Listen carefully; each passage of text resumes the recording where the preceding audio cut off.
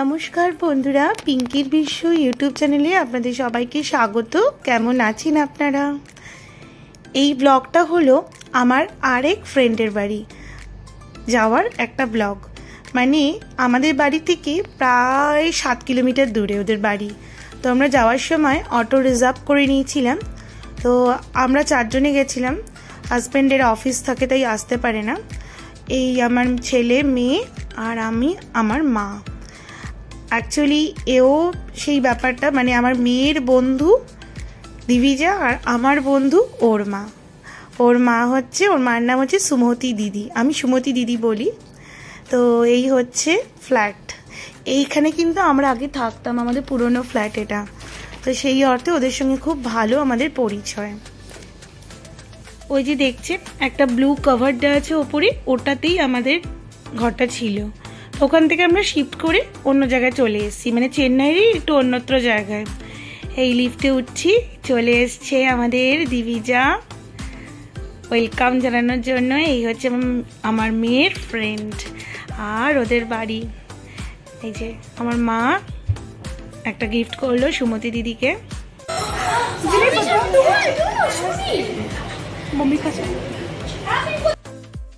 সেদিনকে সুমতি দি অনেক কিছু করেছিল। প্রথমে যেতেই জুস দিল, আর ইনি হচ্ছেন সুমতি দিদির শাশুড়ি মা। তো আমি বললাম আন্টি একটু হাই করো।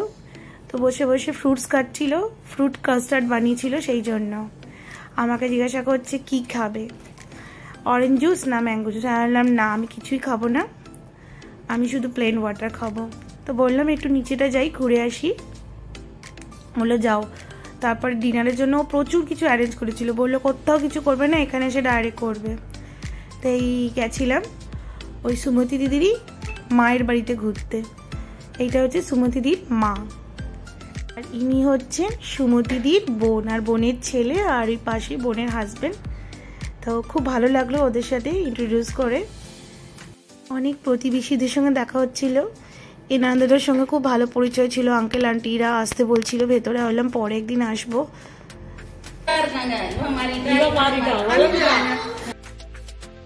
দিদি ডিনারের জন্য অনেক কিছু বানাচ্ছে, সেই কখন থেকে দাঁড়িয়ে দাঁড়িয়ে।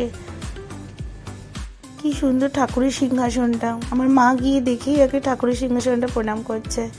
এই হচ্ছে দুই ফ্রেন্ড, দিবিজা আর আমার মেয়ে, বসে বসে ওদের যা কাজ আর কি, কম্পিউটারে এটা গেম খেলা, ওটা দেখা, এটা দেখা।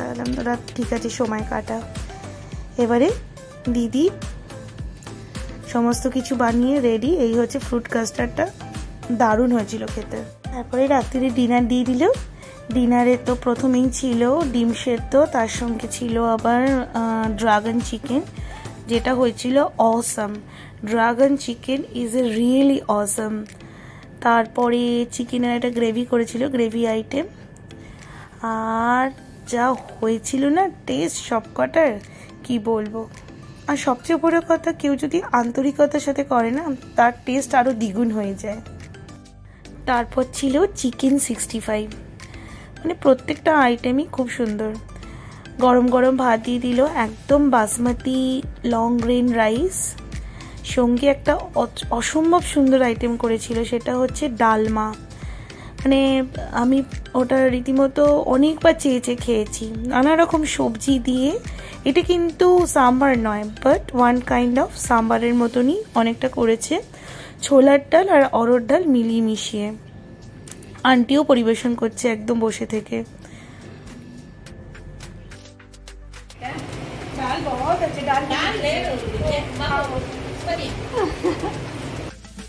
আর একটু আগে যে বোনের সাথে পরিচয় করালাম না, ওর নাম হচ্ছে মালতী।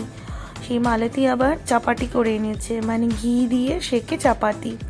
আর বাকিরা কেউ খায়নি, আমি একটা খেয়েছিলাম, কারণ জানে আমরা নর্থ ইন্ডিয়ান, সেভাবেই করেছিল। কিন্তু দারুণ দারুণ, প্রত্যেকটা আইটেম অসাধারণ। তারপরে ছিল রসম, যেটা আমার অল টাইম ফেভারিট। একদম গরম গরম রসম, গ্লাসে করে আমি বললাম একটু দিতে। লাস্টে সেই ফ্রুট কাস্টার্ড আমি বললাম আমার প্লেটে দিয়ে দাও, কারণ আমি অত বেশি মিষ্টি খাই না। তো যাই হোক, দারুণ হয়েছে সব কিছু। আমি একদিন ওনাদেরকে আসতে বললাম, অনেকদিন পর একটা মিট করে খুব ভালো লাগলো। कब लेना आगे आपका वीडियो फिश टैंक का पहले निकालो फिश टैंक का पहले निकालो সুমতিদি বলছিল ফিশ ট্যাঙ্কের ভিডিওটা নিতে আমার মেয়েকে কি দারুণ দেখুন করেছে কত ভালো লাগছে বলল মান্থলি একবার এটা ক্লিন করায় অনেক বড় ফিশ ট্যাঙ্কটা এখন বাড়ি চলে যাওয়ার পালা আন্টিকে বললাম যে আসার কথা অনেক করে এই হচ্ছে আন্টি দিদি আর দিভিজা আমাদের নিচে ছাড়তে এসেছিল আবার নেক্সট ব্লগে খুব তাড়াতাড়ি দেখা হচ্ছে যদি চ্যানেলটা ভালো লাগে একটা লাইক শেয়ার সাবস্ক্রাইব করে দেবেন এখনকার মতন চলুন টাটা।